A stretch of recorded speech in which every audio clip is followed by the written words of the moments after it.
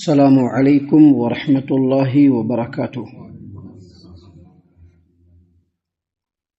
اعوذ باللہ السمیع العلیم من الشیطان الرجیم من حمزہ ونفخہ ونفثہ۔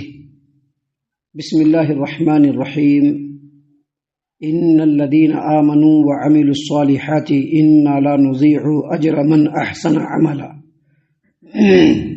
أولئك لهم جنات عدن تجري من تحتهم الأنهار يحلون فيها من أساور من ذهب ويلبسون ثيابا خضرا من سندس واستبرق متكئين فيها على الأرائك نعم الثواب وحسنت مرتفقا۔ محترم سامعین اکرام، سورۃ الکہف سورہ نمبر 18 اور اسی سورت سے آیت نمبر 30 اور 31، یہ دو آیات آپ کے سامنے تلاوت کی گئی۔ سامعین کرام، یاد رکھیے قرآن کریم میں اللہ تبارک و تعالیٰ نے جو اسلوب اور انداز بیان فرمایا ہے، نازل فرمایا ہے، اس میں سے ایک اہم ترین جو انداز ہے وہ یہ کہ جہاں پر بھی اللہ تبارک و تعالیٰ نے جہنم کی صفتوں کا ذکر کیا یا جنت کی صفتوں کا ذکر کیا، اس کے فوراً بعد، یعنی اگر جنت کی صفتوں کا ذکر کیا تو اس کے بعد جہنم کی صفت کا ذکر کیا، یا جہنم کی صفت کا ذکر کیا تو اس کے بعد فوراً جنت کی صفت کا ذکر کیا۔ جہاں پر بھی اللہ تبارک و تعالیٰ نے نیکوکاروں کا تذکرہ فرمایا، اس کے فوراً بعد جو بدکار لوگ ہیں ان کا ذکر ہوا، یا جہاں پر بدبخت بدکردار لوگوں کا ذکر اللہ تبارک و تعالیٰ نے پہلے بیان فرمایا، اس کے فوراً بعد نیکوکار لوگوں کا ذکر اللہ تبارک و تعالیٰ نے کیا۔ اس کی وجہ یہ ہے کہ سننے والا جب قرآن کریم سنے تو دونوں کو سن کر کے کمپیریزن کرے، کمپیئر کرے، موازنہ کرے کہ اس کو کیسی زندگی جینا ہے۔ اس کو اس دنیا کی زندگی کو ختم کر لینے کے بعد، اس دنیا کی زندگی کو مکمل کر لینے کے بعد جب آخرت کی زندگی میں پہنچنا ہے تو اس کو کون سا ٹھکانہ اختیار کرنا ہے۔ دیکھیے جو آیت نمبر 30 اور 31 ہے، اس سے پہلے آیت نمبر 29 جو کل آپ کے سامنے بیان کیا گیا تھا، اس میں اللہ تبارک و تعالیٰ نے کلیئر اپنے پیارے محمد عربی صلی اللہ علیہ وسلم کو مخاطب کرتے ہوئے کہا کہ آپ لوگوں کو کہہ دیجئے کہ یہ جو شریعت اور یہ جو دین اللہ میرے ذریعے سے تم تک پہنچا رہا ہے، یہ حق ہے، یہ سچ ہے۔ جو اس کو مان لیا تو ٹھیک ہے، نہیں مانا تو ایسے لوگوں کے لیے اللہ تبارک و تعالیٰ نے فرمایا کہ جہنم کے آگ کو بھڑکا کر کے رکھا ہے۔ جس آگ کی جو آگ چہار دیواری کی طرح سے جہنمیوں کو لپیٹے ہوا ہوگا، اور جہنم کے اندر جب ان لوگوں کو بھوک اور پیاس محسوس ہوگی، اللہ سے بھوک ہونے پر کھانا طلب کریں گے تو ان کو زقوم کا پھل دیا جائے گا جو بالکل کانٹے دار ہوگا، جو حلق کے اندر جاتے ہی حلق کے اندر پھنسے گا بھی اور پورا چہرہ جھلس جائے گا، اور جب پانی مانگے گا تو ایسا کھولتا ہوا گرم پانی جس کے اندر پیپ، جہنمیوں کے پیپ کی مکسنگ ہوگی، جب انتہائی شدید حرارت سے بالکل لبریز ہوگا، وہ پانی بالکل انتہائی بدبودار غلیظ اور سیاہ پانی ہوگا، ان کو پینے کے لیے دے دیا جائے گا، اور جب وہ پئیں گے تو ان کے چہرے کی کھالیں گر جائیں گی۔ اور اللہ تبارک و تعالیٰ نے کہا کہ بہت ہی برا پینے کا جو ہے وہ سامان ہوگا اور انتہائی بدترین ٹھکانہ جہنم ہے۔ ان باتوں کو بیان کرنے کے بعد اللہ تبارک و تعالیٰ نے فوراً فرمایا ان الذین آمنوا وعملوا الصالحات، بے شک وہ لوگ جو ایمان لائے اور نیک اعمال انجام دیے۔ یہاں پر پھر سے سن لیجئے تفسیر، ایمان لانا اور نیک اعمال انجام دینا۔ نیک اعمال وہ نہیں ہے جو انسان اپنی طرف سے کرنا شروع کر دے۔ فار ایگزامپل، ابھی چند دن بیتے گا تو اس کے بعد لوگ عید میلاد النبی کے نام پر بہت سارے نیک کام کرنے کی کوشش کریں گے، وہ نیک کام نہیں ہو سکتا ہے۔ نیک کام صرف وہی ہے جو اللہ کے رسول صلی اللہ علیہ وسلم کے بتائے ہوئے طریقے کے مطابق ہو۔ اگر کوئی نماز پڑھ رہا ہے تو نماز بھی نبی کریم صلی اللہ علیہ وسلم کے بتائے ہوئے طریقے کے مطابق ہونا چاہیے۔ اگر کوئی آدمی 5 وقت کی نماز کے بدلے 6 وقت کی فرض نماز پڑھنا شروع کر دے، وہ نیک کام نہیں ہو سکتا ہے، وہ نیک کام نہیں ہو سکتا ہے۔ 5 وقتوں کی نمازوں کے لیے اذان دیا جاتا ہے. اگر کوئی آدمی جنازے کی نماز کے لیے اذان دینا شروع کر دے وہ اذان دینا نیک کام نہیں ہو سکتا. کیوں؟ کیونکہ وہ نبی کریم صلی اللہ علیہ وسلم کے بتائے ہوئے تعلیمات کے مطابق نہیں ہے.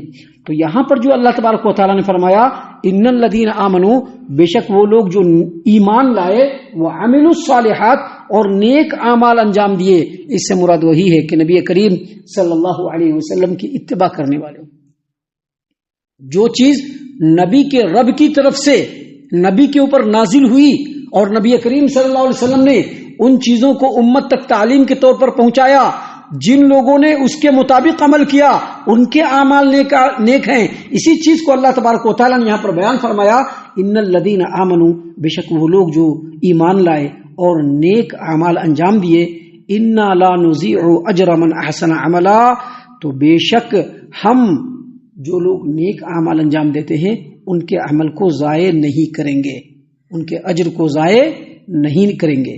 اللہ تبارک و تعالیٰ نے آگے ان لوگوں کی صفت اور آخرت میں جو ان لوگوں کا انجام ہونے والا ہے اس کو بیان کرتے ہوئے فرمایا اولئک لہم جنات عدن، یہی وہ لوگ ہیں جن کو یہاں سے جانے کے بعد، جن کو موت آ جانے کے بعد جب وہ قیامت کے میدان میں پہنچیں گے، حشر کے میدان میں پہنچیں گے، تو ان لوگوں کے لیے باغات ہوں گے. جنات عدن، جنات کا مطلب ہوتا ہے باغات، جس کو جنت کہا جاتا ہے، جو ہمارے ہاں جنت کے نام سے مشہور ہے. اور عدن کا مطلب ہوتا ہے ہمیشگی اور رہنا.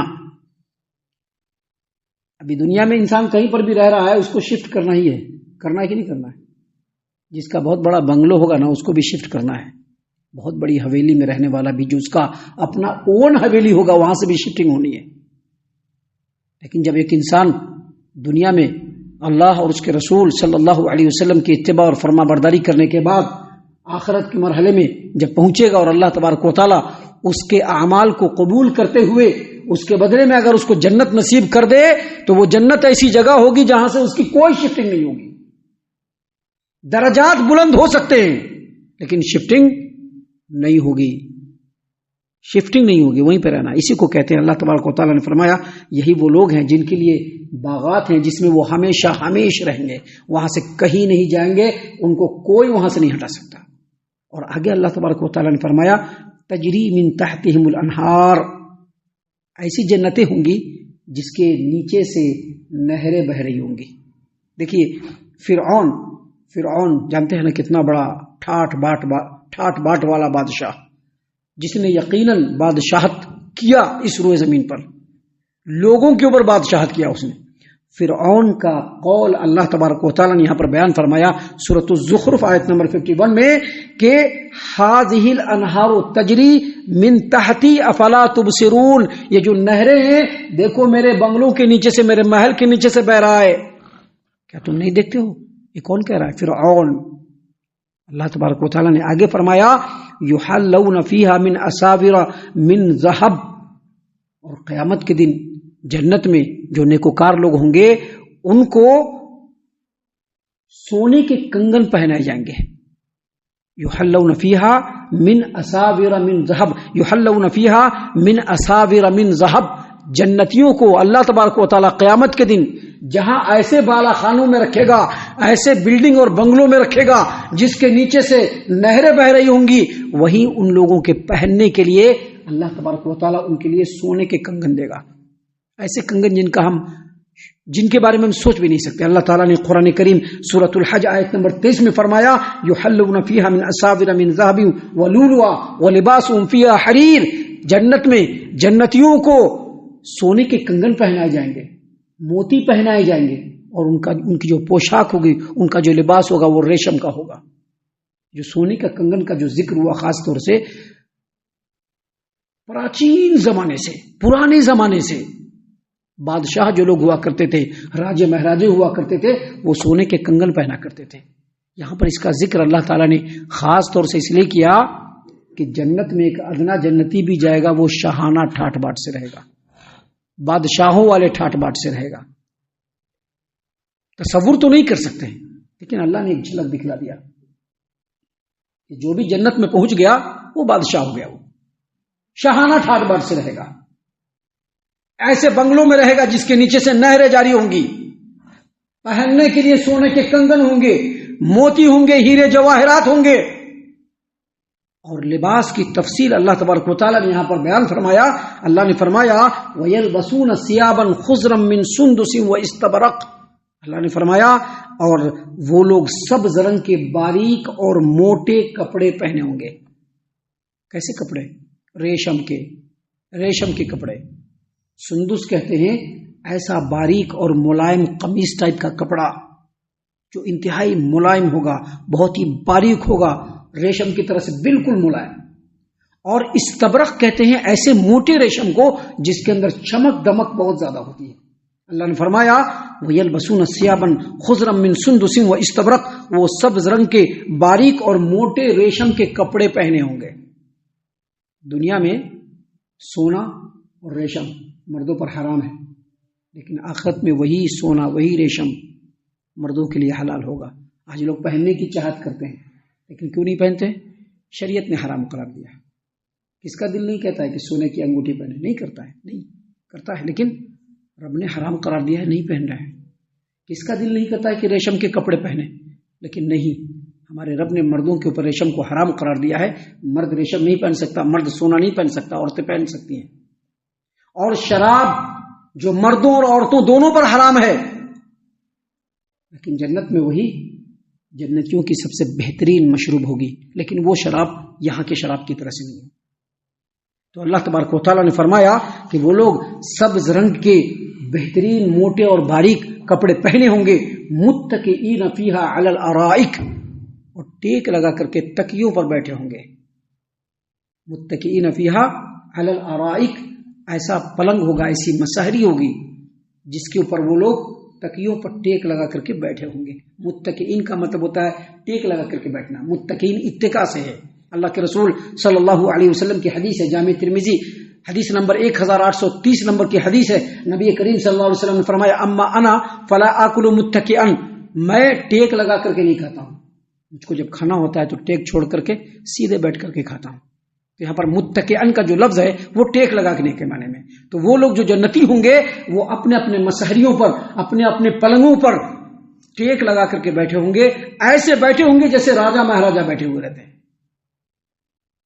محترم سامعین کرام، اللہ تبارک و تعالیٰ نے آگے فرمایا نعم الثواب، بہت ہی بہترین بدلہ ہوگا. مطلب کیا؟ مطلب یہ کہ دنیا میں رہ کر کے وہاں کے بارے میں تصور کر کر کے اللہ اور اس کے رسول کی اتباع کرنا شروع کر دو. نفس کے پیچھے مت بھاگو، نفس کے پیچھے مت بھاگو. یہاں کی ہر چیز ختم ہونے والی ہے، نفس کے پیچھے مت بھاگو. رب کی اطاعت و فرما برداری کرو، نبی کی اطاعت و فرما برداری کرو. نعم الثواب، بہت ہی بہترین بدلہ. وحسنت مرتفقا، اور جنت بہت ہی بہترین جگہ ہے جو اللہ تبارک و تعالیٰ نے ایمان والے نیک اعمال انجام دینے والوں کے لیے بنایا ہے.